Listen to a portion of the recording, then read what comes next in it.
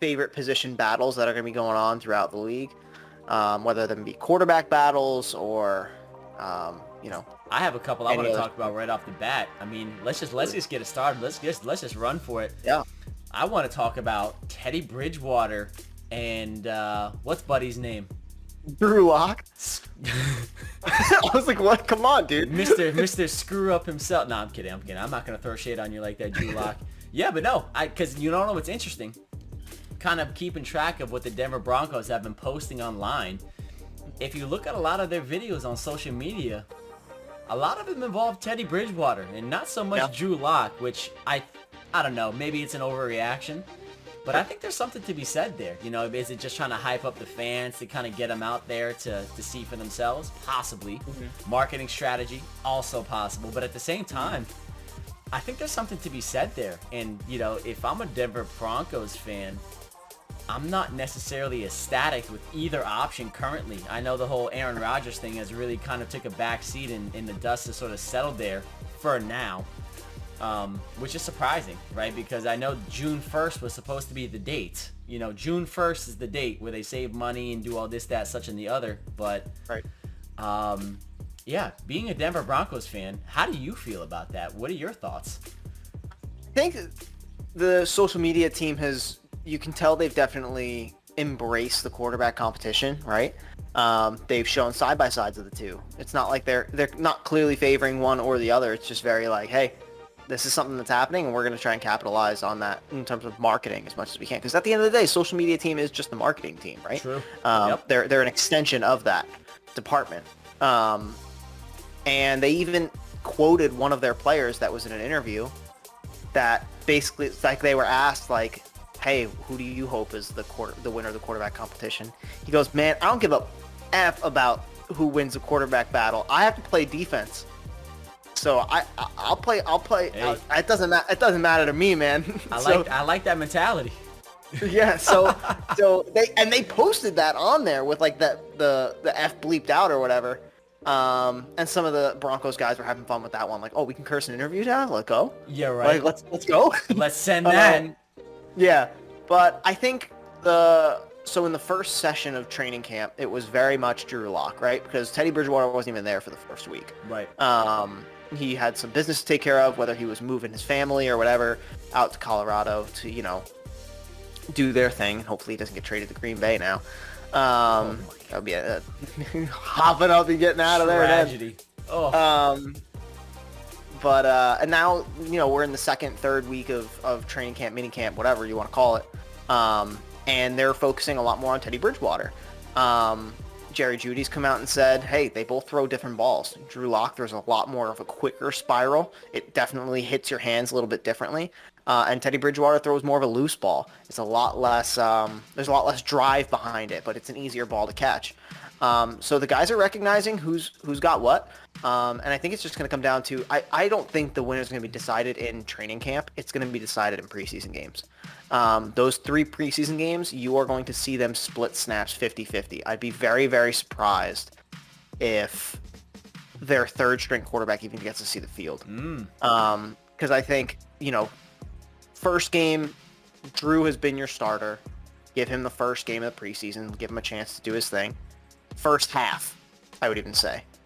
Teddy gets the second half. Next game, Teddy gets first half, Drew gets second half. Then I would say first quarter, second quarter, depending on who's winning and who's not. It's going to be a very interesting quarterback battle because they could not be more opposite in terms of what type of guy they are. Teddy Bridgewater doesn't take risks, and arguably to a fault, and Drew Locke cannot stop throwing the deep ball even when it's not open. Right. So you really have 2 completely different guys. It just depends on how they mesh with the offense and how that ends up working in the Broncos' favor. And I think a lot of it obviously comes down to, like you had said, who is going to best serve the offensive system that the Denver Broncos want to run. That's what I'm very curious to see. I'm curious to see what is the scheme going to look like, because clearly, let's just be real, right? I don't think the Denver Broncos could come in this season and look the same offensively. They have to do something in terms of scheme to switch it up, because clearly it's not working up to this point, right? Drew Locke has looked the same the past 2 seasons. the team has looked the same on offense the past 2 seasons. And everybody's a student in the NFL, so everybody studies, everybody watches film.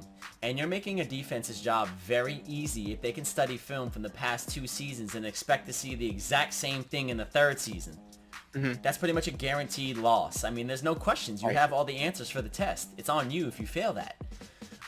So I'm very interested to see what the offense is going to look like, right? And I think it's going to vary based off of who wins the starting job, which is going to make it, I think, a turbulent season for the Broncos.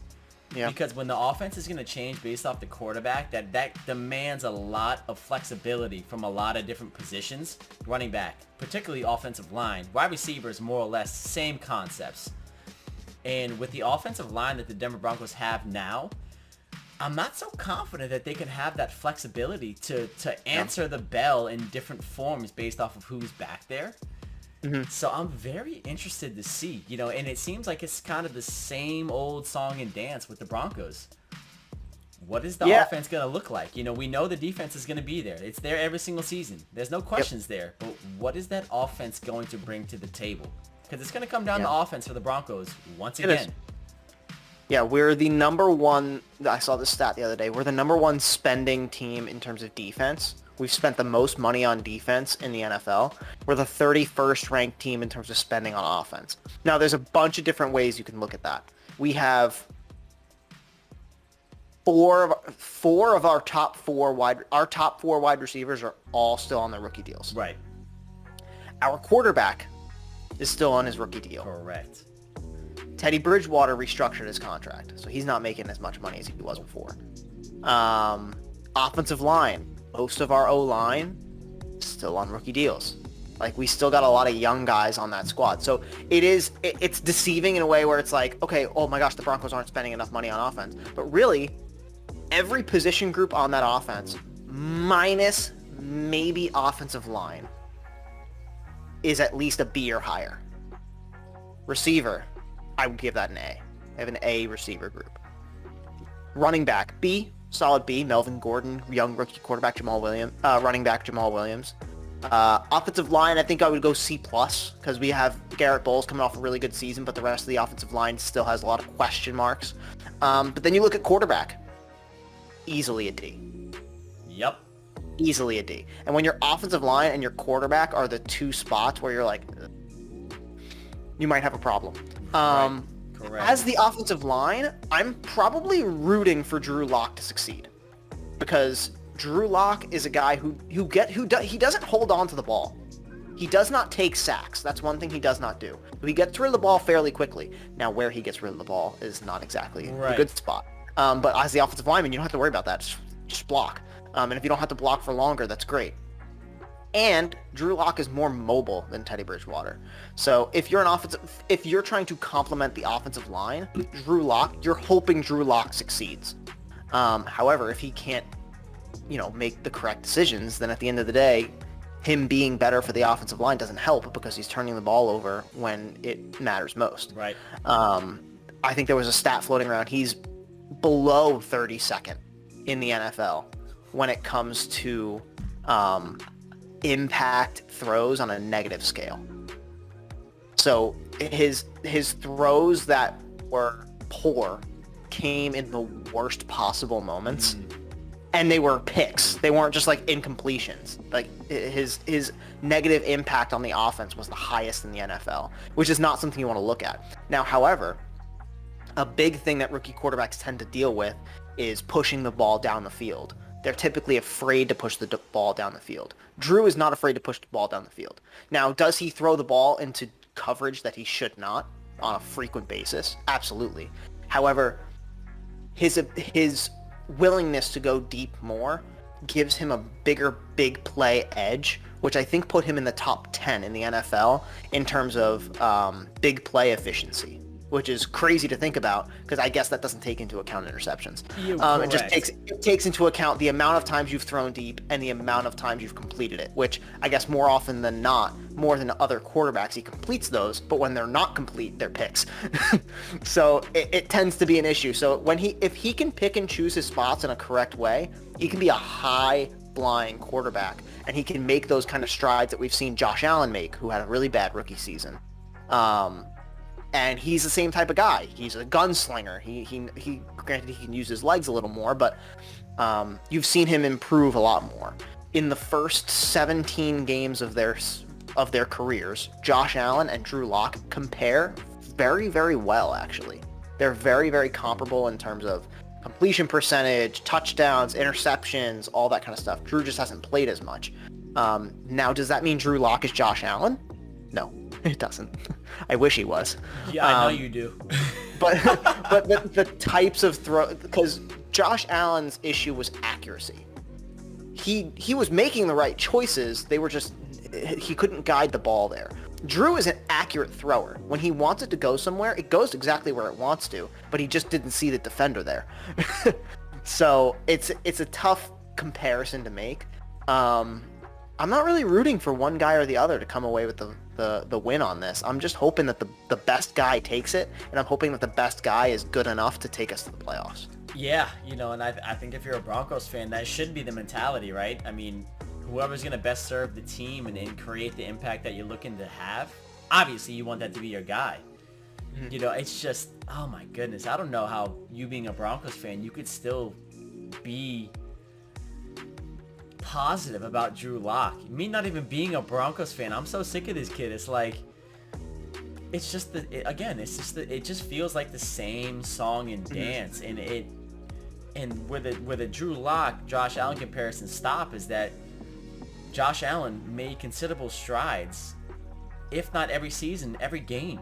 You saw small changes in progression. Drew Locke, to me at least, feels like the same exact quarterback in college that he is now going into, his third or fourth season? Third. Going into his third season, right? So it's one of those things, it's like, that makes me concerned. If I'm a Broncos fan, I'm very concerned because you're putting a lot of pressure on a guy that up to this point has proven that he really can't get it done. Yeah. And okay, yeah, you can make all the big play stats that you want to make, but when did they come? Were you behind points? How many points are you behind by? When you're behind 15 points, obviously you're going to take deep balls. You have to make up the difference. You can't run the ball in that situation. So, when you're playing from behind, of course you're going to have a higher probability to make a deep threat because you have to score points quickly. So it's one of those things. I'm interested. I'm very interested. I think there's two things I want to mention. Broncos fans need to let go of their extreme love for Drew Locke. Like, some Broncos fans are weird about it. Like, they love Drew Locke. Like, there's a hashtag going around on Instagram that's "let them hate," and all the E's are replaced with 3s. Oh my goodness gracious. For his number. It's like, dude, he's not good. Every single stat says he's not good. Granted, if he comes out and does well, I'm ecstatic too. I'm not going to be mad that Drew Locke succeeded. Right. But at the end of the day, there's nothing showing me that he's going to get to that point. He did very well when Courtland Sutton was on the field. Courtland Sutton was not on the field all season last year. So I would be curious to see how the addition of Courtland Sutton into the game plan affects the offense, because Jerry Jeudy spent an entire year as pretty much the number one receiver on that offense. Right. Tim Patrick was a undrafted rookie, came in and succeeded really well. He was a really good number 2, if not the number 1. AJ Hamler's coming off a really good offseason. He's looking like a quick, speedy guy that the Broncos can rely on in those type of gadget situations. Almost like a Tyreek Hill type of player. Not right. Tyreek Hill type of player. So I'd be interested to see how the offensive dynamic changes with Courtland Sutton on the field. He's a big play, big body guy that Drew Locke can rely on. And I mean, oftentimes in his first, 4 games, 5 games, he was able to chuck it up to Courtland Sutton. He would come down with it. Right. Because on his best, he's a top 5 receiver. Granted, can't say that now because he had a whole year off, and there's lots of other guys who deserve to be in that top 5. But at his best, he is a top 5 caliber receiver. So I'm interested to see how that affects Drew Locke's play if he ends up playing, or Teddy Bridgewater. Because Teddy had some really good guys in Carolina as well. DJ Moore and Curtis Samuel. That was a top 5 receiver duo. There wasn't much better in the league than that. Yep. So, and he didn't do much with it.